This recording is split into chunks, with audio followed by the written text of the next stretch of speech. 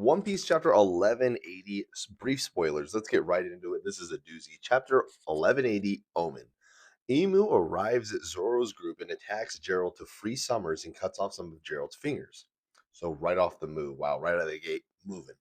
Zoro attacks Emu with the King of Hell Onigiri, but Emu blocks the attack with his tail. Emu then creates a small black flame called Omen and throws it at Zoro's face, leaving his face bloodied. Emu revives Summers using Omen. Emu creates black wings and on his back and flies. Emu arrives at Sanji's group, then revives Killingham, again using Omen. Sanji kicks Emu, but Emu blocks the attack with his leg.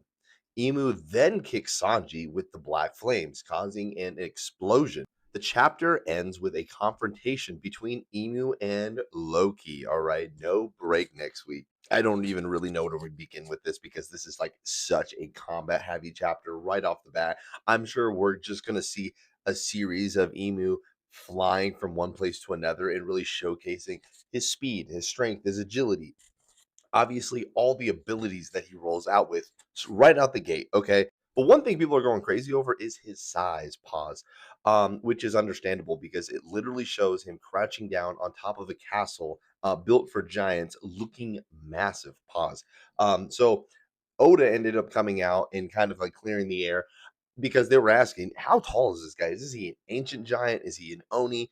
And Oda says neither. He's actually the size of around Kaido, Big Mom, Whitebeard, Kuma. So the typical, 7 foot eight, oh, well, 7, 8 meters, excuse me. So again, Oda loves to have every villain just extremely tall, especially in comparison to like Luffy. So I get, and the streak doesn't stop there. But at the end of this little statement that he says is there's going to be a lot of up close shots, a lot of combat shots. So you get to form your own opinion. Okay, form your own opinion first before kind of like just jumping straight into something a little extreme.